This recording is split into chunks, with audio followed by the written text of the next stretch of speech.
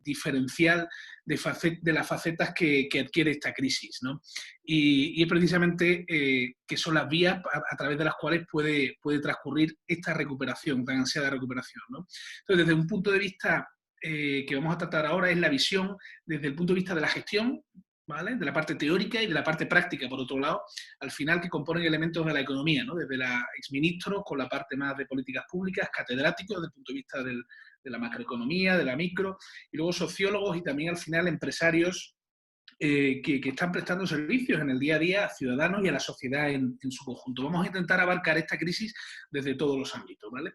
Son visiones muy distintas, pero que hemos querido condensar en un informe que tienen ustedes hoy todos presentes y que es justamente lo que nos ha juntado hoy aquí, que hemos hecho desde Thinking Heads. Y al final lo que hemos querido es contrastar las distintas perspectivas sobre la situación que atravesamos que tienen cada uno de estos expertos y que le hemos podido aquí aglutinar, como les decía. Y el horizonte al final que estamos empezando a vislumbrar, ¿no?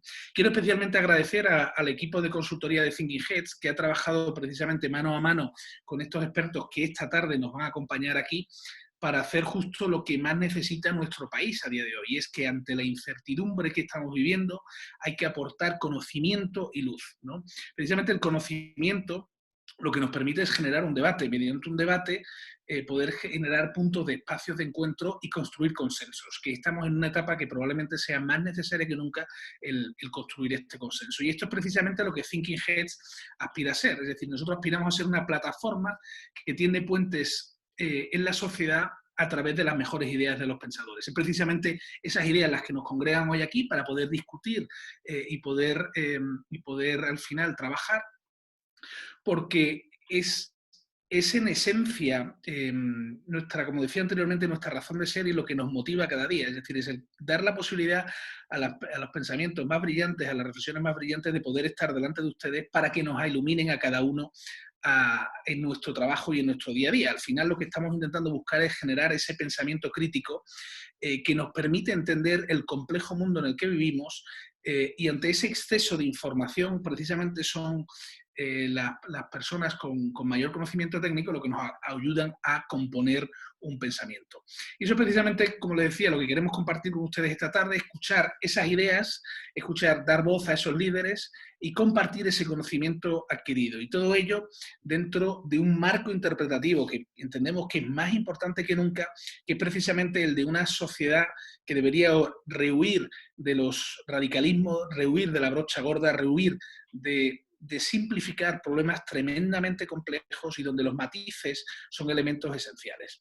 Y nosotros precisamente hemos hecho esto en Thinking Heads a través de nuestro informe Las claves de la nueva normalidad. Informe que les hemos remitido a todos los 3.000 que están inscritos en este seminario y que precisamente da pie a una serie de mesas redondas en las que nos vamos a encontrar esta tarde con todos esos expertos que han aportado su visión al documento. Al final aplicamos lo mismo que recomendamos a un conjunto de ideas al tejido empresarial y a los líderes que representan. Lo que al final buscamos es cómo podemos compartir cada uno lo mejor de nosotros mismos para contribuir de esa forma al bien común y al progreso de la sociedad, y más en una situación tan compleja como la actual. Por lo tanto, este es el espíritu que anima este tiempo y hemos precisamente querido predicar con el ejemplo.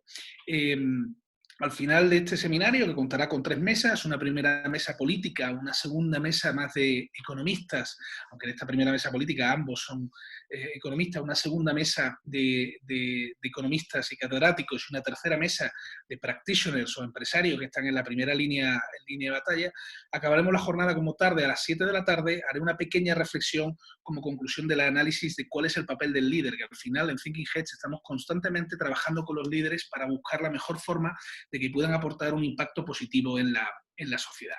Entonces, para ello, no quiero demorarme más y quiero dar precisamente la bienvenida a nuestros expertos que tenemos hoy aquí.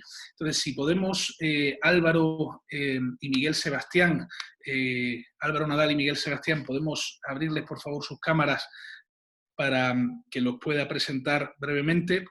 Muchas gracias, Miguel, ya te vemos. Álvaro también, muchísimas gracias por haber aceptado nuestra invitación. En primer lugar, yo me pasó una cosa en mi época de colegio mayor, que es que organizaba muchos eventos y había gente que era muy conocida y no la presenté. Me interrumpieron me Yo interrumpieron, necesito me un par de gafas interrumpieron. para ellos, porque las que tienen ya están muy rayadas, sobre todo el niño pequeño, ya están muy rayadas. Quique, Y si pudieran conseguir unas pequeñitas con tubo, sería se nos acaba de fantástico. meter Quique en medio del evento. ¿Vale? Y Quique, eso te lo toca un expliqué a Juan poquito más Carlos. tarde, querido. Que vaya al home center, que ahí siempre hay. Y si tiene dudas, que nos mande fotos y las miramos. Quique, ¡Ay! que Perdón.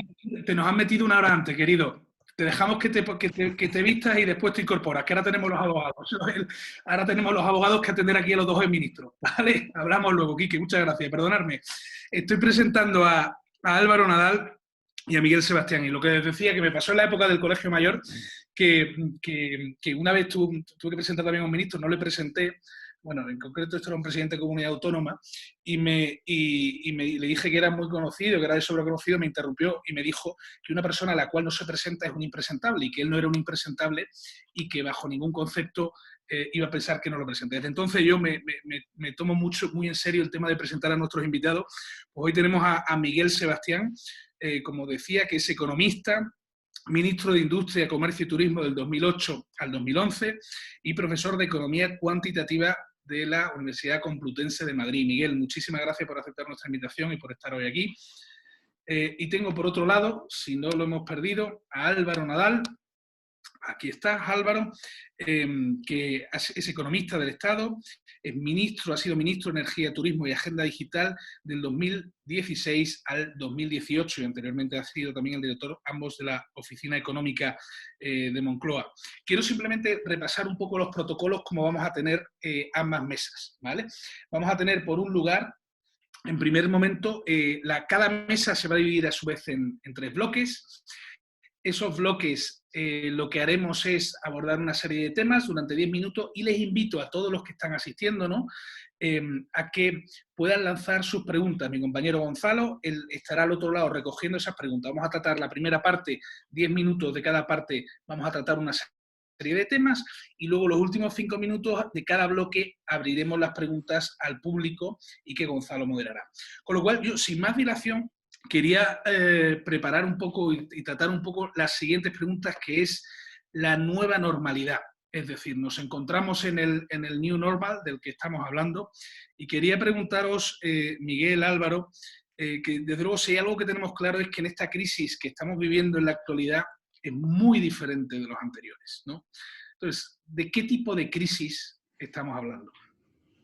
Álvaro, Miguel. ¿Quieres? Empiezo yo si quieres. Bueno, primero, muchas gracias. Enhorabuena, Dani, por este evento y sobre todo por el esfuerzo que habéis hecho en sintetizar en el documento todas las opiniones, ¿no? Que yo creo que es encomiable la rapidez con lo que le habéis hecho. Un placer estar con vosotros, un placer volver a ver a Álvaro, que ya hacía algunos meses que no le veía y le veo bien ahí en Londres. Claro, esta crisis es totalmente distinta a las anteriores primero por la magnitud, digamos, de la misma, ¿no? La intensidad y la magnitud, ¿no? Porque realmente esta es una crisis provocada, como crisis económica me refiero, no como crisis vírica, ¿no? Provocada por una necesidad imperiosa de atajar una epidemia, ¿no?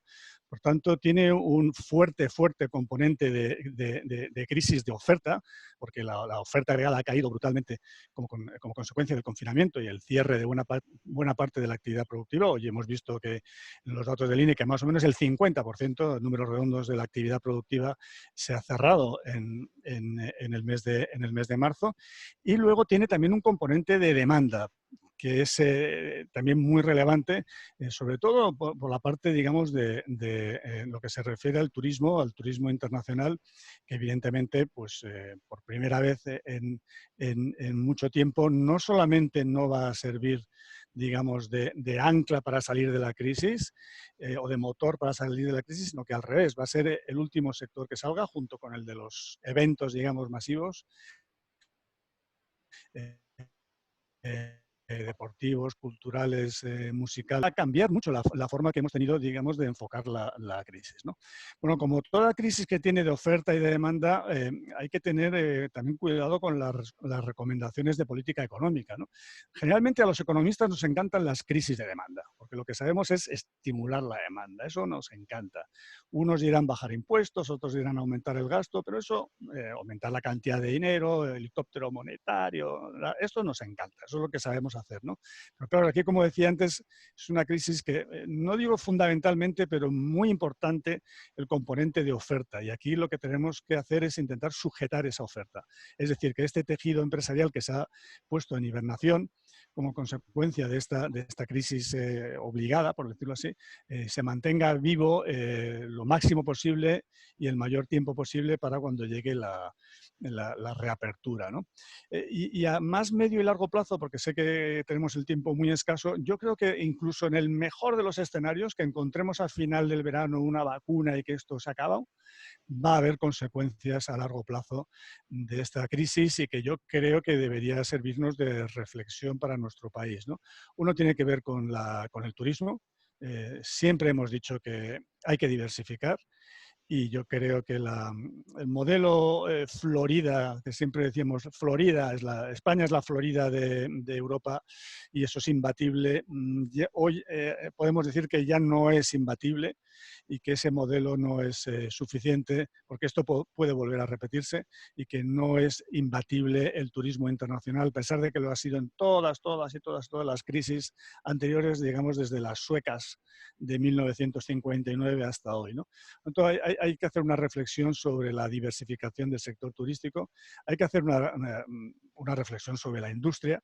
Yo creo que dado que se han demostrado claramente lagunas, digamos, en la producción industrial, de todo el tema que tiene que ver con esta crisis sanitaria, yo creo que eso hay que replanteárselo. Es verdad que las empresas hacen siempre planes make or buy. Yo creo que lo tenemos que hacer como país, ¿no? O bien make o bien buy como país.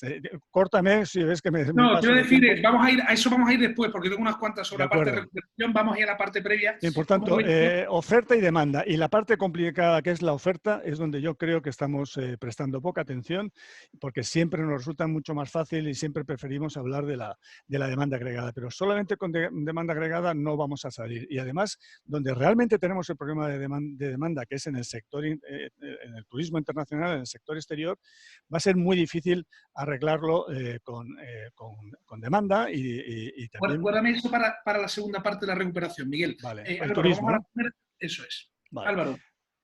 A ver, yo saludo a todo el mundo y lo mismo, yo me añado a la felicitación que ha hecho Miguel a Daniel por la celebración de este evento y la idea que ha tenido.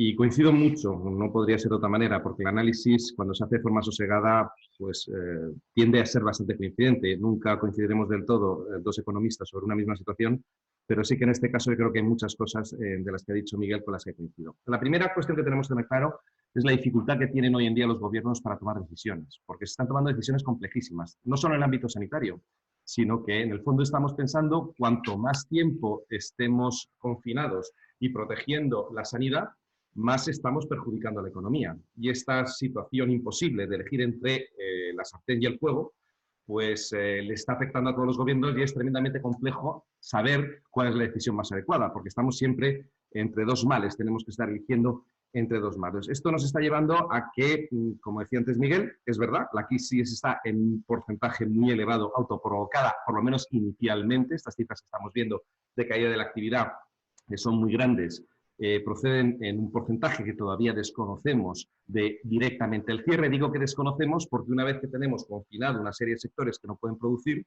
el problema va a ser, una vez que lo sabramos, cuánto de ello va a sobrevivir, cuánto va a sobrevivir del lado de la oferta, es decir, qué empresas no han quebrado o ya son inviables, y cuánto va a sobrevivir del lado de la demanda, qué parte de los hábitos de consumo habituales por parte del público se van a mantener. Y esta es precisamente la gran tónica que tenemos de cara a ver cuánto va a durar esta crisis y cuánto no, porque es esencialmente qué parte de nuestro tejido productivo se ha necrosado. O sea, tú no has permitido que pueda actuar, esté vivo, y al estar hibernado, cuando lo deshibernes, ¿qué va a ocurrir? Voy a poner un ejemplo. Aquí en el Reino Unido hay mucha menos restricción en comercio minorista. Por ejemplo, las ferreterías pueden abrir.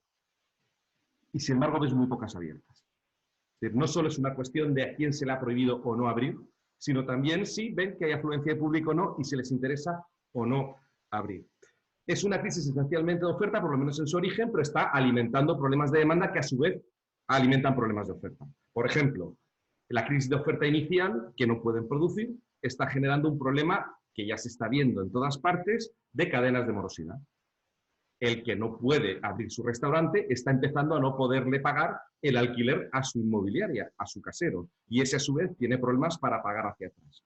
Eso va a generar problemas de demanda por un lado, pero también problemas de oferta de parte de liquidez, problemas financieros, escasez de recursos que no sabemos, como decía antes, cuando esto se abra, cuánto va a quedar y cuánto no va a quedar. Por eso siempre hay que ser prudente respecto a lo que puede venir de recuperación. Yo diría que hay tres factores que influyen esencialmente de cuánto de grave, cuánto va a durar esta crisis. La primera es su impacto sectorial. Contrariamente a las crisis económicas habituales, que son más o menos todos los sectores se sincronizan. Había un economista de origen polaco o británico llamado Kaldor que decía que los ciclos son esencialmente que todas las grandes actividades económicas de una economía a la vez van bien o a la vez van mal. Aquí no, aquí hay unos que van bien y otros que van mal. El IPC de hoy nos lo ha dicho. Alimentos frescos, casi un 7% de incremento de precios. Y sin embargo, desplome los combustibles. Tenemos una sincronización de sectores productivos muy grandes. Segundo, flexibilidad. Nos vamos a tener que adaptar a los nuevos patrones de consumo y de oferta. Y para eso las economías tienen que ser muy flexibles. De ahí es donde, luego hablaremos de esto, probablemente la política económica tenga que incidir más de lo que hasta ahora se ha incidido. Y por otro, confianza. Si tú eres una economía que está tardando en recuperar, eso va a tener luego limitaciones enormes para la propia recuperación. Pero bueno, como te veo con ganas de cambiar el tercio, lo dejo ahí. No, lo que quiero llevar un poco para hacer una conversación entre ambos, y hablamos del flujo circular de la renta, si no me equivoco de mis apuntes de economía, lo importante que es mantenerlo. También, Miguel, construyendo sobre esa parte de los tres elementos que decía Álvaro, y en la parte de la recuperación, yo creo que aquí es donde podemos incidir en que lo mismo las políticas que debemos establecer sean diferentes. Sí, bueno, yo quisiera introducir, para que haya un poquitín de discrepancia, porque estoy prácticamente también de acuerdo con lo que ha dicho Álvaro, ¿no? Pero yo quisiera un poco matizar en el tema del dilema salud y economía, ¿no? Yo lo sigo sin ver, o sea, yo creo que no hay tal dilema. De hecho, la única forma de garantizar que la recuperación económica va a ser robusta y va a ser, digamos, duradera, es que se arregle el tema sanitario. O sea, para mí el tema sanitario es condición necesaria, no suficiente, evidentemente, pero sí es condición necesaria para que se arregle la economía. Por lo tanto, yo no veo el dilema, entiendo el problema de corto plazo, que también se ha referido Álvaro a él. También me cuesta trabajo entender por qué después de haber tenido una crisis financiera, o que casi fueron dos, seguimos sin poder manejar todo este tema de la liquidez y de que llegue la financiación a las empresas para que no tengan estos problemas de liquidez y que luego se conviertan en problemas de solvencia. Y creo que seguimos sin instrumentos para que esa liquidez que los bancos centrales han decidido casi sin restricción otorgar y que incluso las instituciones europeas no ven mal, sí que seguimos con dificultades para que esa liquidez llegue al tejido empresarial y llegue a las pymes, ¿no? Y eso es lo que a mí me preocupa, por qué ese mecanismo, por qué no está funcionando. Dime. ¿Dónde lo veis concretamente ese problema? Bueno, yo lo veo en muchísimas empresas que tienen muchos problemas en el caso de España, no sé en Inglaterra, pero en el caso de España, con las líneas ICO, pues que están teniendo problemas, digamos, pues tanto de gestión como de las cuantías, como de las condiciones, etcétera, etcétera. O sea, sí que está habiendo una queja que me gustaría cuantificar, pero que no tenemos datos, y yo sí que tendría casi una oficina digamos, de que haga públicas el número de casos, y ya que hablamos tanto de casos sanitarios, también casos en el tema de los créditos a las empresas, para ver si esto está funcionando bien o mal, porque yo creo que tenemos un punto muy importante para que, garantizar la supervivencia de las empresas, ¿no? Y luego en el tema sectorial estoy totalmente de acuerdo. Es decir, aquí va a haber un fuerte impacto sectorial, pero que ya veremos, digamos, cómo termina, ¿no? Pero que sin duda ese impacto sectorial va a tener consecuencias geográficas, ¿no? Porque claro, está claro que en España el 12% de la economía es turismo, aunque el turismo internacional solamente es el 6%, que yo creo que también a veces se sobredimensiona, pero está claro que para las islas, por ejemplo, para Canarias, para Baleares y para algunos otros territorios, el impacto del turismo internacional va a ser demoledor, ¿no? Y ahí no podemos hacer nada por el lado de la demanda, porque es que aunque demos dinero a los turistas para que vengan con el helicóptero, es que no van a venir. Y no van a venir porque no les vamos a dejar entrar. Es que yo creo que eso lo tenemos que aceptar como una realidad, que el control de fronteras está aquí para quedarse una temporada y que eso va a afectar muchísimo a la economía, sobre todo a nuestra economía y al sector del turismo, ¿no? Álvaro. Bueno, por responder a Miguel muy rápido, yo creo que estará de acuerdo conmigo en que siempre al final es una cuestión de acertar. Es decir, tú tienes una crisis sanitaria que si está mal resuelta y te viene al final un rebrote, por ejemplo, te va a hacer un efecto económico mucho peor. Pero claro, por otro lado, si para asegurar cierras un país 1 año y medio cuando habría bastado con 6 meses, pues también has generado un daño innecesario al sistema económico. Lo difícil es acertar. Y aquí hay un cierto comportamiento en manada, yo creo, de todos los gobiernos, sobre todo en Europa, mirándose unos a otros y más o menos haciendo todos lo mismo. Pero claro, la dificultad es luego saber qué es lo que después va a ocurrir. Nos enfrentamos a un fenómeno nuevo, que es lo que estábamos diciendo, que es sectorial. Hay que utilizar mucho más política de bisturí, lo cual no es fácil, porque además requiere muchísima gestión. Hay elementos generales, por ejemplo, no debería haber morosidad en las administraciones públicas, y de esto ya tenemos experiencia. Si tú te puedes financiar, y los bancos centrales por ahora, luego ya hablaremos a ver si esta situación es sostenible, pero por ahora los bancos centrales están emitiendo toda la liquidez que es necesaria, pues si las administraciones tienen acceso a esa liquidez, lo primero que tienen que hacer es trasladarla al público con el que están trabajando. La morosidad entre particulares es compleja, porque además se ha creado un elemento adicional, que es una enorme litigiosidad, una enorme conflictividad judicial, o por lo menos legal, entre los particulares. Estoy en un caso de fuerza mayor y por tanto tengo que pagar este contrato, cumplir este contrato o pagar este alquiler al que tengo, o no estoy en un caso de fuerza mayor. Todo esto está llevando también sustancialmente a una dificultad de aplicación de lo que es la vida económica normal. Es decir, este es otro de los shocks de oferta que estamos teniendo. El que ya no me empiezo a fiar si puedo contratar o no y qué consecuencias esto tiene. Por eso digo que al final lo que necesitamos es sobre todo flexibilidad. Voy a poner un ejemplo. Imaginemos que vamos a reducir sustancialmente el transporte aéreo, porque vamos a tener menos turistas, porque el turismo de negocios se reduce. Vimos que la primera señal del coronavirus desde el punto de vista económico en España fue la suspensión del mobile, por lo menos la que era muy obvia y muy evidente para el conjunto del público. Y pues ahora tenemos un montón de aviones que a lo mejor no se necesitan y un montón de tripulaciones que a lo mejor no se necesitan. Eso es capital que va a tener que, por lo menos, aparcarse, si no, abandonarse. Eso es una pérdida. Tenemos que tener sistemas concursales para que las empresas puedan asumir sus pérdidas de forma correcta y no vayan dilatándolo en el tiempo, como ocurrió en la pasada crisis financiera, en que uno de los grandes problemas fue precisamente que las empresas trataban de sostener como fuese el balance de forma pues, no demasiado transparente o demasiado correcta, y luego los problemas venían mucho después. Y eso ha ocurrido en muchos sectores, no solo en inmobiliario. Después, ¿qué necesitamos? Pues que la mano de obra, que no se necesita en un sitio, los trabajadores, puedan irse a otro. Y con una fuerte flexibilidad, porque ya no se va a demandar lo que están teniendo. Entonces, en un momento en el que tenemos una enorme incertidumbre de qué es lo que va a ocurrir, otro de los elementos que necesitamos, que se muevan los precios relativos. Que aquello que más se demanda pueda subir de precio para generar la señal de mercado de que es demandado y aumente la oferta y controle esa demanda, y por otro lado aquello que es menos demandado caiga de precio y permita reducir esa oferta como señal de mercado y a los demandantes darles la oportunidad de aprovecharlo a mejor precio. Esa flexibilidad yo creo que es la clave a día de hoy como medida general, independientemente de lo que se pueda hacer sectorialmente, para enfrentar esta crisis. Yo tengo preguntas luego sobre esa parte también a Miguel, este lado, que es el papel de las instituciones públicas, ¿no? Vosotros, como habéis sido gestores de lo público durante bastante tiempo, conocéis aparte de los problemas que hay, los conflictos. Entonces, quiero ir por pequeñas partes. O sea, hemos hablado un poco hoy de este nuevo escenario que estamos abriendo, que es sin duda fascinante a los que tienen la suerte de poder verlo desde un punto de vista más como un cirujano que analiza dónde va a operar, pero en cualquier caso nos genera un nuevo escenario y luego un papel que yo quería ver un poco también con vosotros es el papel de que tienen que hacer, como decía, las instituciones públicas. Pero antes de cerrar este bloque, voy a pasar un momentito a Gonzalo. Vamos a hacer también, aprovechar la ventaja de que tenemos tanta gente conectada, para durante algunos bloques vamos a lanzar una pregunta al público para que la gente pueda votar directamente, ¿vale?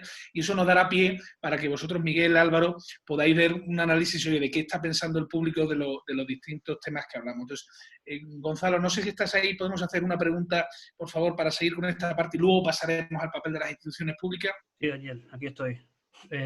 Sí, perfecto. Entonces, varias de las preguntas han preguntado sobre todo en relación al futuro. Por ejemplo, nos preguntan, teniendo en cuenta que nuestro PIB cae un 8% cada semana, que estamos parados y poniendo encima de la mesa las fases, ¿se cumplirán los pronósticos del FMI o del Banco de España o la realidad será aún peor? Y también en relación con esta pregunta, varias personas han preguntado cómo creéis que será la curva de recuperación o la forma de la curva, que también ha sido un debate que ha estado dando vueltas. Gracias, Gonzalo. Miguel. Bueno, yo hacer pronósticos, que me habéis recogido mi pronóstico del -11, que por cierto está en la horquilla del banco del -6, -13, más cerca de la parte alta. Creo que el PIB de hoy es coherente con ese -11, pero en cualquier caso hacer pronósticos ahora pues no tiene mucho sentido, porque aquí lo relevante es cuál y cuándo va a ser la recuperación, ¿no? Es decir, la V va a haber, porque a ver, V siempre hay, o hay V o hay W, pero no hay muchas más letras, ¿no?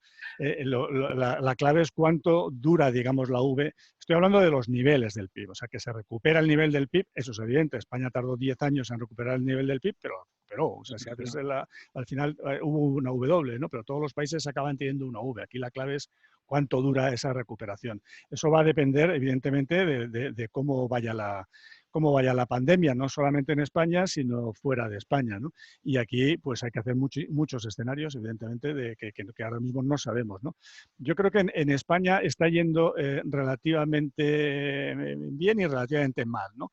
Está yendo bien porque sí que es verdad que están mejorando los indicadores de la pandemia, pero vamos muy lentos. Es decir, China liquidó este tema en 6 semanas. Yo creo que en el fondo no hemos conseguido liquidar este tema más rápido precisamente por ese dilema, para mi gusto, falso entre economía y salud, que obligó a tener buena parte de la actividad abierta. Yo esto lo he dicho y se recoge hoy también en el INE, que no me creía que la industria estuviera parada y no lo estaba porque se veía en el consumo de electricidad y hoy se ha visto con los datos que la industria ni mucho menos ha estado parada, completamente parada, como se decía en este mes de marzo, ¿no? Pero bueno, aún así vamos lentos, pero vamos en la buena dirección si se acierta en el desescalado, ¿no? El desescalado yo creo que presenta, tal y como se ha planteado en España, por lo menos presenta muchos problemas porque de nuevo se está haciendo con enfoque sectorial y no enfoque geográfico y porque yo creo que se van a asumir muchos riesgos por la presión económica que no se deberían asumir, porque lo peor que puede ocurrir es que haya una recaída en la epidemia y ahora yo creo que tenemos una cierta probabilidad de que esto ocurra, ¿no? Pero como decía también antes Álvaro, yo creo que hay que empezar a hablar de más largo plazo, de más allá de la epidemia, porque yo creo que las cosas van a cambiar en muchos sectores. Yo creo que en el tema de la digitalización va a pegar un salto monumental. Yo creo que el teletrabajo, a pesar de todas las dificultades, está aquí para quedarse. Y en general, digamos, el uso de las nuevas tecnologías para la producción de servicios. Y también vamos a ir a un tema muy complicado del control de fronteras, que yo creo que este es un tema que todavía no hemos, digamos, entendido que vamos a tener que hacer durante algunos meses y que va a ser muy complicado dado las presiones económicas para nuestro país, que está tan abierto al visitante exterior, ¿no? Álvaro. Yo hay una cuenta que hago que a lo mejor es lo que los cuantitativos como Miguel llaman correlación espúrea. Pero a mí me sale que los países con más impacto, tanto en contagiados como en muertes por esta pandemia, corresponden con los números altos de los países más turísticos de la Organización Mundial de Turismo. Mira, John Hopkins sacó Sí, han salido estudios varios estudios sobre esto. Sí. Al final tienes a Estados Unidos, tienes a España, tienes a Francia, tienes a Reino Unido, tienes a Italia, dentro del mundo occidental. Las cifras chinas, yo es que no sé muy bien cómo están hechas y prefiero ahí no opinar. Pero si cogemos los países occidentales, que evidentemente tienen una transparencia que está en el máximo mundial, van a coincidir los países con mayor impacto en la enfermedad con aquellos que tenían pues, más vuelos, que tenían más relación con el resto del mundo y en el que el trasiego de personas era mayor. ¿Cuánto nos va a durar esto? Pues claro, aquí yo tengo un problema y es que yo no sé de pandemias, yo no sé de epidemias. A mí me cuesta muchísimo entender estas cuestiones. Yo es lo que siempre digo, a mí me da resuelto el problema sanitario y entonces a partir de ahí puedo tratar de ver el impacto que esto tiene sobre la economía. Si pensamos en el escenario ordinario, es decir, que con todos los cierres que se han hecho ahora, la actividad se puede volver sin necesidad de recaídas a lo largo del próximo verano poco a poco y ya volviendo a una normalización en otoño. Por ejemplo, aquí en el Reino Unido, la oficina del presupuesto, que hace también las previsiones económicas, te hace un escenario en salida de nube muy rápido pensando que va a haber una total normalidad, no de la enfermedad, sino de la actividad económica ya para el último trimestre, a partir de octubre. A mí me parece rápido. A mí me parece rápido. Yo creo que esa total normalidad va a llegar más tarde. Y ahí, pues el Banco de España nos ha dicho que en lugar de en un año rápido de recuperación, que es lo que ha dicho aquí la OBR, pues probablemente nos vayamos a 2 años. Yo creo que es un escenario que se aproxima más, sino lo que nos pedís es un escenario central, que es aquel que tiene más probabilidad, pero sabiendo que tiene mucha cola, ¿eh? Tiene mucha cola, especialmente por el lado de que esto se pueda complicar. Ahora, entendimos que la complicación, perdona Álvaro, básicamente es que también lo que decía Miguel es hasta que no tengamos claridad en el tema sanitario va a ser prácticamente imposible. O sea, yo, por lo que también entiendo, o sea, no vamos a encontrar normalidad sanitaria hasta que, uno, encontremos vacuna, dos, cuidados claros para los síntomas del coronavirus, o tres, logremos la inmunidad de rebaño, que por lo que parece vamos a estar muy lejos todos. Aquí en el Reino Unido se intentó y se echó para atrás en apenas 15 días. Y No, todo tiene su sentido, ¿eh? Todo tiene su sentido. Es decir, aquí nadie hace propuestas a lo loco. No, y por eso estoy completo, pero ahí, a ese rol que Miguel te quería también preguntar, y ahora hablando un poco del papel de las instituciones públicas en esto, ¿no? Y luego hablamos de... Déjame hablar un poco de lo del turismo, que me parece interesante el debate. Bueno, en la inmunidad de rebaño tenía sentido cuando se creía que esto tenía un 0,1, se llegó a decir, de mortalidad, un 1% de mortalidad, cuando se ha visto que ya está en el 10%, la inmunidad de rebaño es tremendamente dura. No hay país que aumente, que pueda soportar. Serían más víctimas que la Guerra Civil Española o en la Segunda Guerra Mundial. Claro, eso no lo puede hacer Estados Unidos más víctimas que la guerra del Vietnam. Eso no hay país que lo aguante. Yo solo recuerdo ese debate de la inmunidad de rebaño, lo dije, mira, no hay país que aguante esto. Incluso con una mortalidad del 1%. Pero bueno, el tema del turismo, fíjate por qué no me gusta a mí la correlación esa, que yo sí que creo que es un poquitín espuria, ¿no? Pero claro, aquí lo que hacemos es el impacto de la epidemia en este mes, básicamente un mes y medio, y lo correlacionamos con el volumen de turismo en el conjunto del año. Pero claro, el volumen de turismo en España en el mes donde ha ocurrido la epidemia es relativamente bajo, ¿no? Estamos en temporada baja de turismo, ¿no? Por lo tanto, deberíamos hacer esa correlación con el número de visitantes que tienen esos países digamos, en enero y febrero, o enero, febrero y marzo. Ya veríamos si hay esa correlación. Madrid es la más afectada. Y luego un segundo, ya termino el argumento y así me responden los dos. Y luego, si tú miras la correlación también sectorial, las regiones que tienen más turismo son las que están más limpias, que son básicamente Canarias y las Baleares, ¿no? No, aquí este virus ha viajado en avión. O sea, la peste viajaba en barco y este virus ha viajado en avión. Y evidentemente ha viajado a los países, digamos, donde tiene más conexión aérea. ¿Por qué ha entrado en Europa por Italia? Pues porque Italia tenía, algo que yo no sabía, una línea directa industrial con Wuhan, porque buena parte de la industria del calzado italiano, hemos descubierto que los famosos zapatos italianos de fashion se hacen en Wuhan. Y entonces aquí es la conexión. Ellos tenían vuelos directos de Milán, de Hubei, de Wuhan a Milán, ¿no? Varios vuelos directos a la semana. Entonces entró como un chorro, pero por vía industrial, no eran turistas, era trabajo, era negocios, ¿no? Y luego de aquí saltó a Italia pues por muchos motivos, algunos mala suerte, como los partidos de fútbol, la Semana de la Moda de Milán, el Carnaval de Venecia, etcétera, etcétera. Pero bueno, en cualquier caso, la historia de cómo se propagó el virus va a ser muy interesante, pero ahora nos sirve de poco, ¿no? Álvaro. Sí, es que el turismo de negocios es un tipo de turismo, por eso lo digo, y Madrid es el número 1 en turismo de negocios. Entonces, pero también somos una potencia turística, somos el segundo país en congreso, o éramos el segundo país en congresos empresariales del mundo, que eso también afecta. Es decir, cuando vemos potencia turística lo es en todo. Entro en el tema, si quieres, de políticas públicas y de instituciones públicas. Sí, que un momentito, porque hemos lanzado una encuesta, yo no sé si tenemos los resultados, Gonzalo, de la encuesta, y te paso a ti con la parte de políticas públicas. Parece que el 50% de nuestra audiencia la recuperación rápida la ven complicada, o sea, que yo creo que es la postura un poco de los dos, es una recuperación más lenta, porque ahora, Miguel también decía un poco lo mismo, el checo, el símbolo de Nike, y luego una posible recaída en 2021 o impredecible. Es decir, que tampoco soy yo un sociólogo de la demoscopia, pero el impredecible del 30% es el típico no sabe y no contesta, que es bastante elevado. Álvaro, adelante.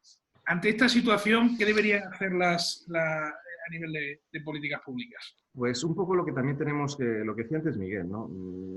Tenemos mucho más claro los ciclos de demanda, que son los más clásicos, pues, porque además son ciclos que tienen mucho que ver con el estado emocional del público, aparte que con determinados excesos normalmente financieros que hay en el pasado, y todo eso, pues sabemos más o menos que con determinadas expansiones fiscales y aumento de la cantidad de dinero y abaratamiento de las condiciones crediticias, pues recuperas esa confianza y vuelves a colocar la economía. Lo primero que tenemos que tener claro es que la economía es como un ser vivo. O sea, en esto nos parecemos a cada uno de nosotros cuando nos encontramos en la enfermedad.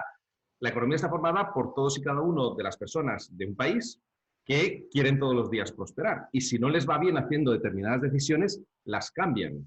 Entonces, lo que tenemos que tener claro es que en un sistema de economía de mercado, los agentes económicos buscan mejorar y buscan prosperar. Por tanto, el objetivo de la política económica siempre es ayudar. Es el mismo caso que el de la medicina, ayudar a que el propio cuerpo, con su sistema inmunológico y con sus defensas, pueda combatir la enfermedad. Por eso, lo primero hay que tener confianza siempre en el público, pues el que va a salir hacia adelante todos los días, tanto como consumidor y, sobre todo, como productor, como empresario, como trabajador, como autónomo. A partir de ahí, ¿qué es lo que podemos hacer? Pues evidentemente, en la fase inicial se está haciendo prácticamente lo mismo en todos los países, con algunos matices, pero no es cuestión ahora de entrar en detalles quién lo está haciendo algo mejor y quién lo está haciendo algo peor, pero casi todo lo que están haciendo es evitar que se les destruya la mayor parte de tejido productivo posible. El segundo problema es que la caída de actividad no se reparte igual entre todas las personas. Hay personas que están cobrando todos los meses lo que cobraban antes, por ejemplo, un pensionista, y hay gente que no está cobrando absolutamente nada, como es el dueño de un bar. Entonces, tenemos que hacer algún esquema que permita el sostenimiento de las rentas de aquellos que se les ha hundido al 100%. Luego, tenemos que ser muy conscientes de que estamos en una situación relativamente irreal. Se está cobrando, pero no se está produciendo. Entonces, tenemos un desajuste entre la economía monetaria, por decirlo así, y la economía real. Hay que tener claro que hay que recuperar la producción de bienes y servicios. Luego, también hay que tener claro que decía antes, reasignar recursos aquí y en el futuro hacia lo que realmente se va a necesitar, se va a demandar, y eso requiere mucha flexibilidad. Por eso yo creo que son, más allá de lo que se está haciendo por parte de las políticas de demanda y de sostenimiento de rentas, son políticas mucho más de oferta, mucho más de buscar esa flexibilidad para que las empresas se puedan adaptar, para que el que tenga que desaparecer del mercado porque no hay suficiente mercado, pueda desaparecer y rápido, y al mismo tiempo en su lugar entre otro, que es el que puede producir lo que realmente se está demandando. Teniendo en cuenta que vamos a tener más restricciones de antes. Hablaba antes Miguel de las personas y del intercambio de personas. Pero es que yo creo que también las cadenas de valor van a resentirse, porque ya no me voy a permitir el lujo de tener un único proveedor. Voy a querer tener más. Eso es más costoso, pero me asegura riesgos. Y para terminar, yo creo que tenemos que hacer un replanteamiento de nuestro sistema de bienestar. El sistema de bienestar de los países occidentales, especialmente en Europa, ha ido, sobre todo en las últimas décadas, cargado hacia un objetivo redistributivo. No nos gusta cuál es la redistribución inicial que la asignación de mercado nos produce, y como queremos otro tipo de distribución de rentas en la sociedad, generamos un nuevo sistema a través del sistema del bienestar. Dani Rodrik, que es un grandísimo economista de la globalización, dijo una cosa que yo creo que tiene toda la razón. A medida que aumentan nuestros riesgos, las sociedades nuestras han ido mejorando sus niveles de vida. Es decir, la media de lo que ganamos entre todos es mayor. Pero la varianza, el riesgo al que nos estamos sometiendo también lo es.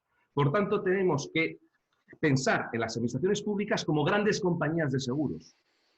No como en grandes redistribuidores, sino aquellos que sufren el shock. Por ejemplo, si es verdad que ahora lo que más va a sufrir es el turismo, pero a otros les va a ir bastante mejor, a lo mejor el agroalimentario, como decía antes, con la tensión de precios, tú como gran asegurador, porque nadie puede asegurar riesgos de la misma manera como lo hace el sector público, somos los únicos que podemos cubrir desde el sector público las grandes infraestructuras, el seguro por desempleo, las grandes pensiones, la gran sanidad, solo lo puede cubrir el gran asegurador que es el sector público, el Estado, si queremos.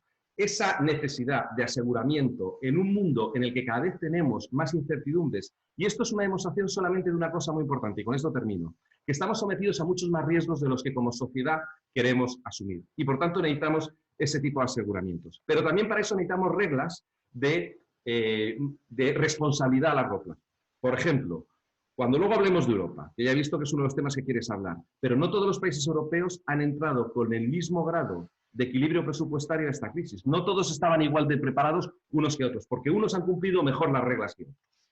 Vale, vamos atrás y ahora pasamos luego a Europa. Miguel, por favor, si quieres construir sobre lo de Álvaro, ¿cómo ves el tema Sí, tú? bueno, quiero contestar porque yo creo que se me ha entendido mal en el tema del turismo de conferencias. El turismo, evidentemente, es un sector muy importante y para España no es un sector el contagio no ha ocurrido en marzo, el contagio exterior, porque en marzo ya no ha habido vuelos, ¿no? Ya no ha habido nada.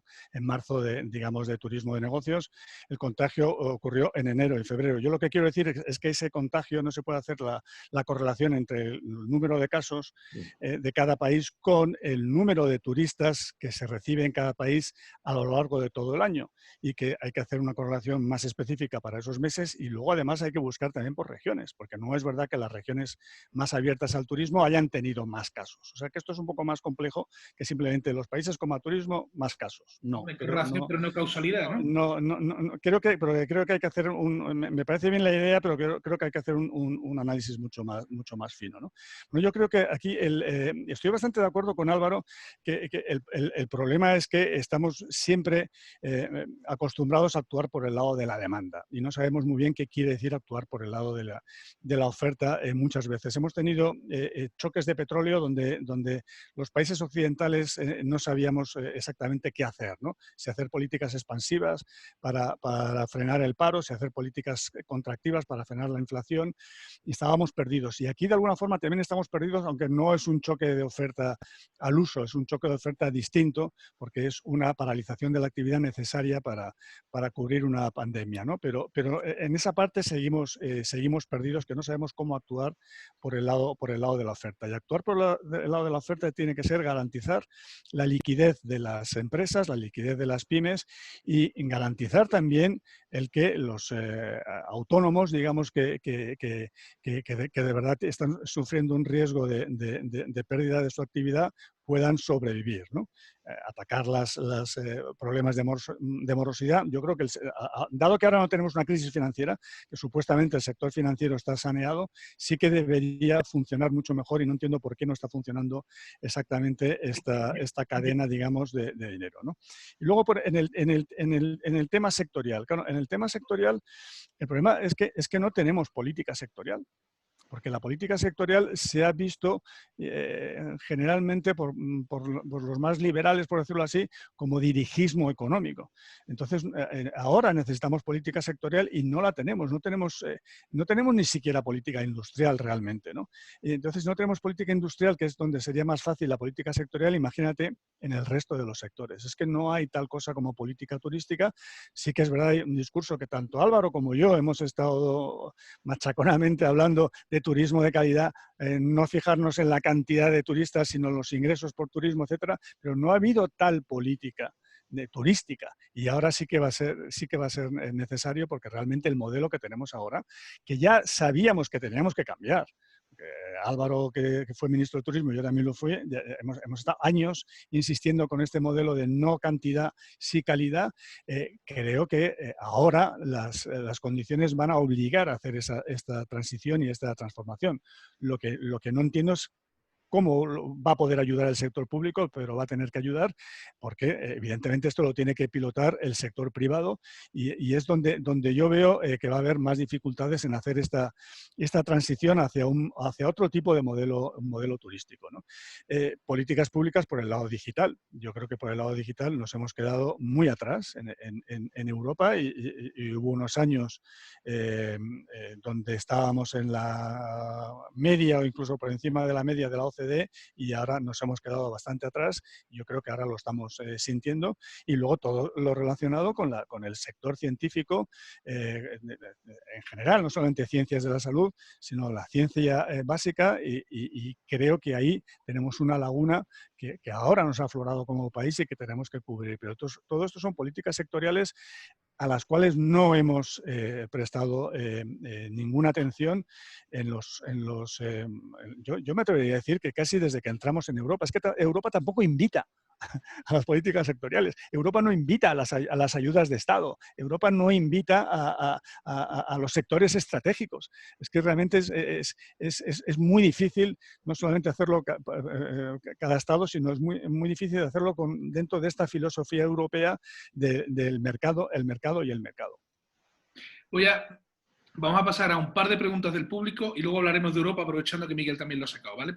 Adelante, Gonzalo. Dani, gracias. Antes que nada, recordarles que si queréis hacer preguntas, lo hagáis a través de la sección que es preguntas y respuestas. Por favor, no hagáis preguntas en el chat porque no podemos leerlas.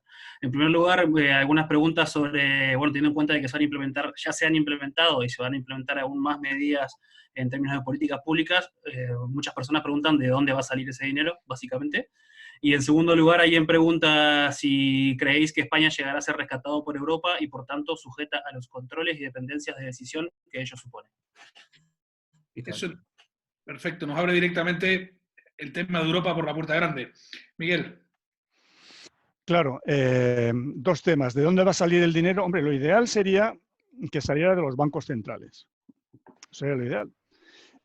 Creo que ese va a ser el modelo americano y el modelo de muchos países, incluso con financiación directa por parte de los bancos centrales. Bueno, en el caso del Banco Central Europeo, esto está prohibido por el tratado, prohibido por el propio diseño germánico del Banco Central Europeo y creo que es algo que habría que cambiar porque puede venir un ataque terrorista, puede venir una crisis, yo qué sé, una locura en Corea del Norte tal, y que requiera una acción decidida del Banco Central y tenemos que flexibilizar las normas del Banco Central Europeo de forma que en situaciones muy excepcionales como esta sí que se pueda monetizar el gasto público, es decir, que los países no tengan que endeudarse.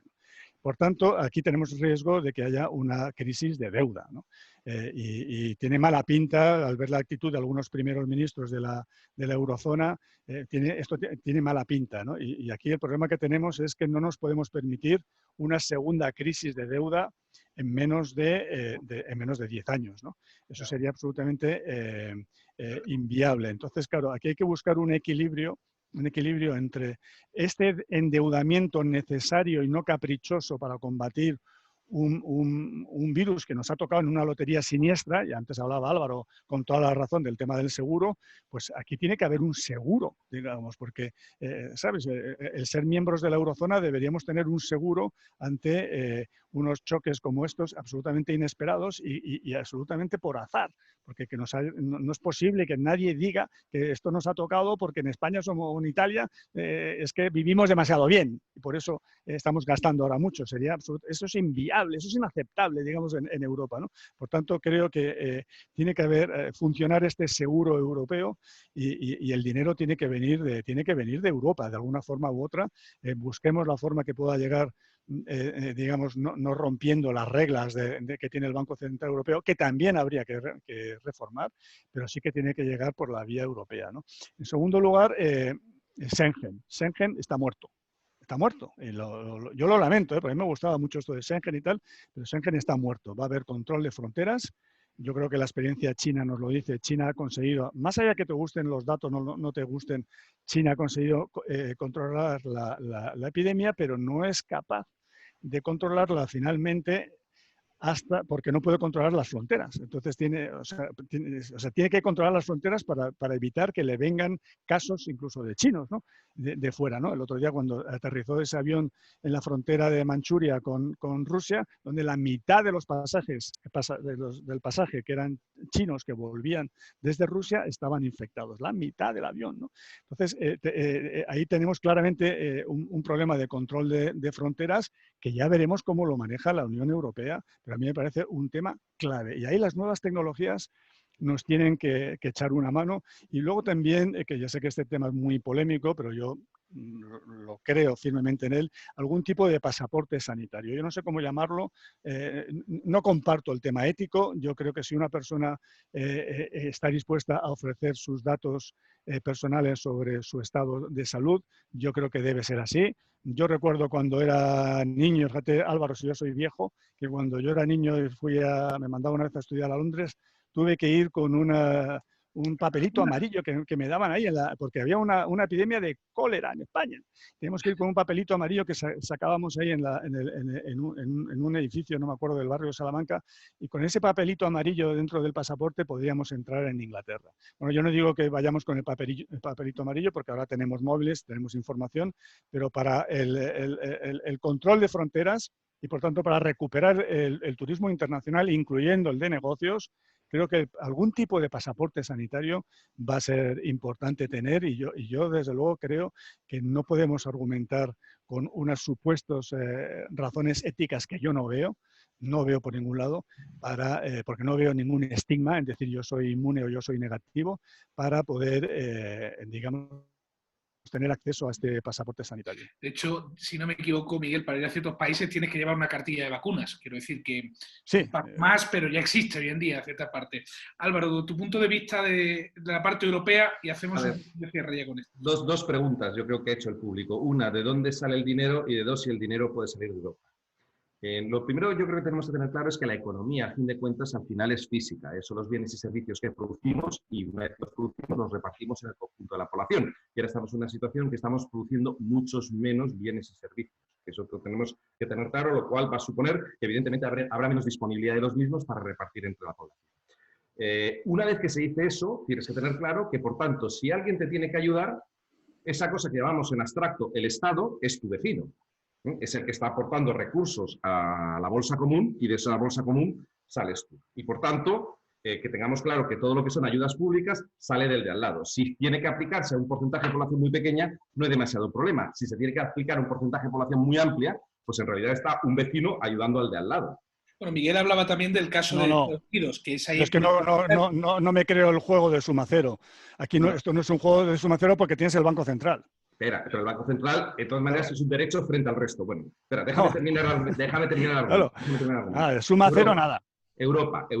Alemania es del tamaño de la suma de España e Italia juntas. Pero no le podemos pedir a un país que es, claro, no es lo mismo el Plan Marshall, cuando está hablando del Plan Marshall, que en aquel momento Estados Unidos era la mitad de la economía mundial y que vino a rescatar a una Europa muy disminuida y solo la parte occidental de la misma, y dentro de ella no todos, a nosotros no nos tocó, frente a decirle a un país del tamaño de Alemania, usted tiene unos 3 billones de euros de PIB, que rescate a uno que tiene 1,6 y a otro que tiene 1,2, todos juntos. Claro, eso es mucho más difícil, porque tampoco hay muchos países grandes en Europa, porque Francia va a tener bastante consigo misma. Con esto, ¿qué es lo que estoy diciendo? Que tú puedes momentáneamente utilizar el sistema financiero y monetario para hacer un préstamo temporal. Ese préstamo temporal lo pones en valores monetarios, pero a la postre eso se tendrá que traducir en bienes y servicios, porque si no lo que le estás dando es sencillamente papeles, que no sirven para nada, evidentemente, si lo tendrás que traducir algún día en el futuro en bienes y servicios. Bueno, con esto, ¿qué es lo que digo? Que evidentemente tú puedes tener un apoyo de los bancos centrales.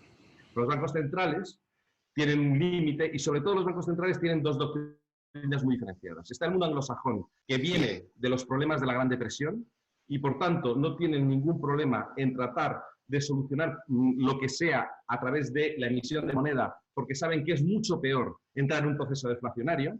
Y tenemos los bancos germánicos que vienen obsesionados por las hiperinflaciones del 23 y del 45, que piensan que si utilizas en exceso los bancos centrales, arruinas a los ahorros de las clases medias.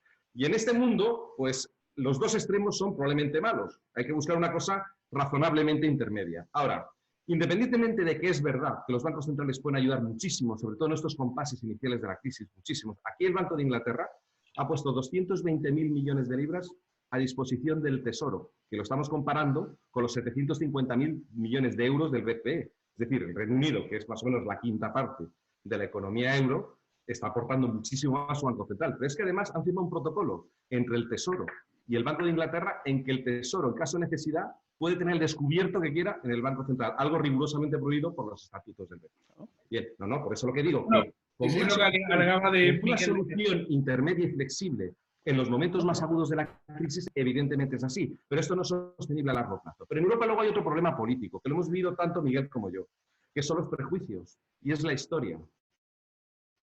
Los prejuicios a veces tienen su parte de razón y otras veces no los tienen. Lo digo porque si miramos ahora la liquidación de los presupuestos del año 2019, resulta que todos los países del norte están en superávit fuerte. Por lo cual ellos dicen, estoy encarando esta crisis. Luego puedes meter las matizaciones que tú quieras, pero en política sabemos que las matizaciones no son fáciles de meter. Todos los países del norte pueden decir, oiga, que yo estoy con un superávit muy fuerte y además tengo el margen de llegar hasta el menos 3%, pues fíjese el margen que tengo yo para hacer esto sin saltarme las reglas. Luego, los 3 países del sur que han estado bajo programa o están bajo programa, que son Portugal, Grecia e Irlanda, están en equilibrio o ligero superávit. Y solo aquellos países del sur que no tenían programa están con déficit, que son Francia, España e Italia. ¿Qué quiere decir con eso? Que es muy fácil aquí hacer demagogia o hacer política. Como decía antes Miguel, que alguno dice las cosas que dice, pero es fácil hacerlo. Oiga, Europa está dividida entre los del norte, que somos responsables, y preveemos, no sabíamos que iba a ocurrir el COVID, pero preveemos que siempre ocurren cosas y por tanto hay que tener una capacidad de reacción. Luego, aquellos a los que les hemos más o menos obligado a cumplir con sus cuentas, está en una posición normal. Y aquellos que no, pues resulta que por su idiosincrasia no lo tienen. Sería una versión muy naif y muy demasiado fácil de describir toda esta cuestión, y lo es. Pero el problema es que en Europa este tipo de posturas funcionan. Y este tipo de posturas luego al final doblan las voluntades de las instituciones europeas. Y aquí el Banco Central Europeo tarde o temprano se va a encontrar con un problema, porque este tipo de argumentos se van a utilizar. Miguel, o sea, ¿muy breve? sí, de hecho voy a leer un momentito la respuesta, ¿no? ¿Cuál de las siguientes posibilidades cree que es más probable? Es decir, eso, habrá un aumento de los impuestos en España, habrá un aumento del nivel de la deuda en España o se producirá un rescate, ¿no? Obviamente, claramente se decanta la gente porque aumentará el nivel de endeudamiento. Yo sé, os voy a pedir... Que no son incompatibles, ¿eh? No, yo sé, Álvaro, pero ahora un segundito porque la monetización de la deuda me imagino que es un debate muy interesante, además nos puede llevar directamente a la mesa que viene después de Economista. Entonces, Miguel, yo te voy a dejar para que contestes ahora también con un comentario, si puedes, y luego también hay una coletilla con la que a mí me gustaría salir porque vosotros tenéis esta experiencia que no tiene ninguno de los panelistas que van a venir a posteriori, que es ¿qué tiene... cómo tiene que garantizar el Estado la protección ciudadana ante futuras pandemias? Es una pregunta. Entonces, Miguel, cierra si quieres y contéstame a esta y con eso cerramos tú, luego Álvaro, y cerramos y pasamos a los economistas, donde lo mismo podéis dejar el debate planteado de los bancos centrales. Sí, bueno, ha dicho tantas cosas Álvaro que además yo pediría a Carlos Rodríguez Brown, que un buen amigo que se acaba de incorporar, que se tape los oídos ante lo que voy a decir, Carlos, porque va a ser horroroso para tus oídos. Vamos a ver, la teoría cuantitativa del dinero, que yo explico a mis alumnos y cada vez lo paso peor explicándolo, básicamente lo que te dice es que tienes una cantidad de dinero y unos bienes y servicios reales, y que a la que esa cantidad de dinero exceda esa cantidad de bienes y servicios reales, pues vas a tener inflación. Bueno, esta teoría cuantitativa del dinero, que es maravillosa, es muy bonita y te explica los fenómenos inflacionarios e hiperinflacionarios en muchos sitios en la historia, ha fracasado, aceptémoslo, en los últimos 10 años, y tenemos los anglosajones, que se fueron los primeros en darse cuenta de que esta teoría había fracasado, han tirado de cantidad de dinero para salir de la crisis. Y lo cierto es que de la crisis anterior, el Estados Unidos fue el primer país que salió, Alemania tardó en salir, a España le costó 10 años salir e Italia todavía no ha salido. Es que Italia todavía no ha recuperado el PIB de antes de la crisis de 2008, ¿no? El PIB real, ¿no? Por lo tanto, hay que hacer una apuesta porque esto se financie, ya sé que no se puede con el BCE, pero que se financie a ser posible con cantidad de dinero en los países que no tengan, digamos, riesgo inflacionario.